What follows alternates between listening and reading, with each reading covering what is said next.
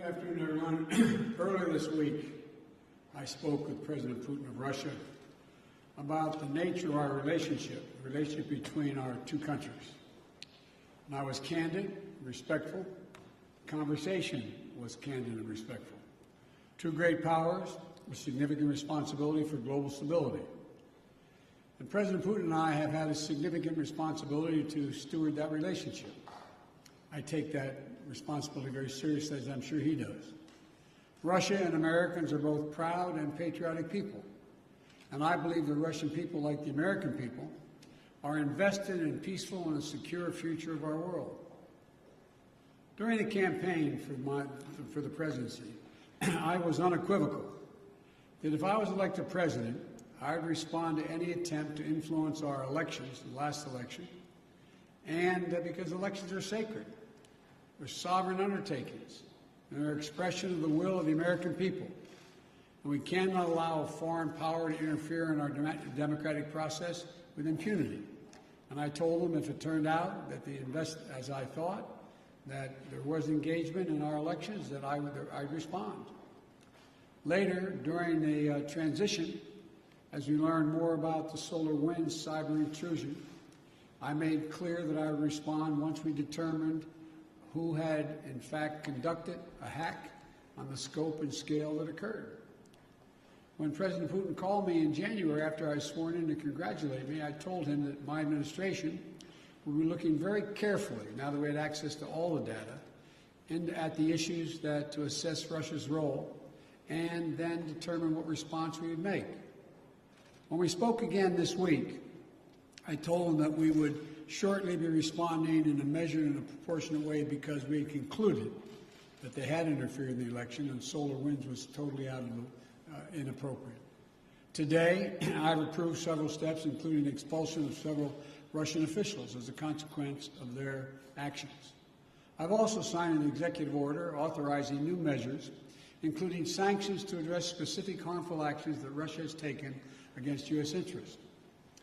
I was clear with President Putin that we could have gone further, but I chose not to do so. I chose to be proportionate. The United States is not looking to kick off a cycle of escalation and conflict with Russia. We want a stable, predictable relationship. If Russia continues to interfere with our democracy, I'm prepared to take further actions to respond. It is my responsibility as President of the United States to do so. But throughout our long history of competition, our two countries have been able to find ways to manage tensions and to keep them from escalating out of control. There are also areas where Russia and the United States can and should work together.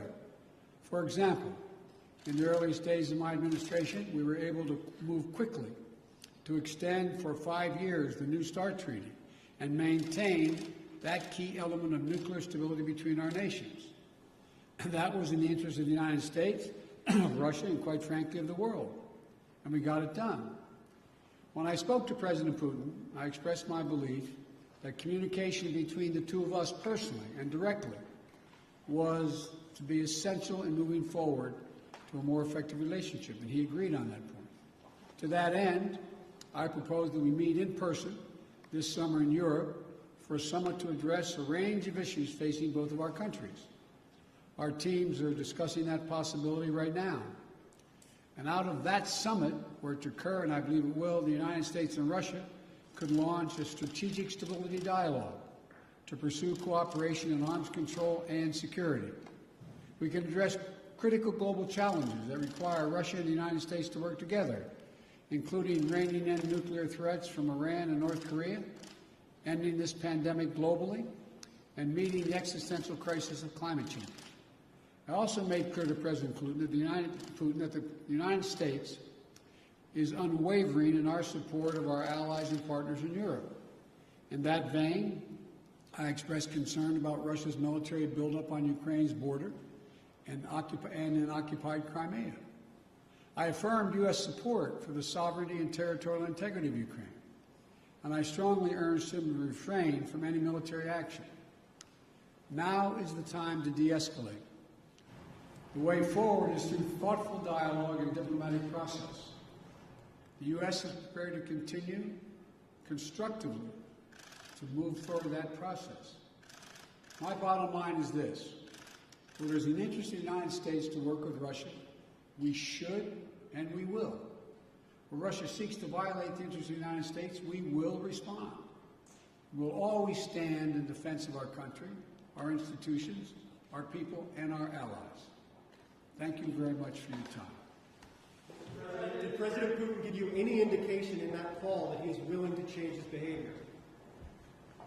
We indicated we would talk about it. I laid out, as I said, very simply. I said during the campaign, I said when he called to congratulate me on being elected, I said subsequent to that, this last conversation, that if it turned out that he was engaged in activities that he'd been accused of in cybersecurity and solar winds and interfering in our elections, that I would respond in kind. I urged him to respond appropriately, not to exceed it, because we can move as well. My hope and expectation is we'll be able to work out a modus vivendi, but it's important that we have direct talks and that we continue to be in contact with one another. Thank you. Pardon me? Why not Nord Stream? Why did you keep going with the sanctions on Nord Stream 2, Mr. President? Nord Stream 2 is a complicated issue affecting our allies in Europe. I've been opposed to Nord Stream 2 for a long time, from the beginning when I was out of office and even before office, before I left office as vice president. But that still is an issue that is in play. Thank you very much.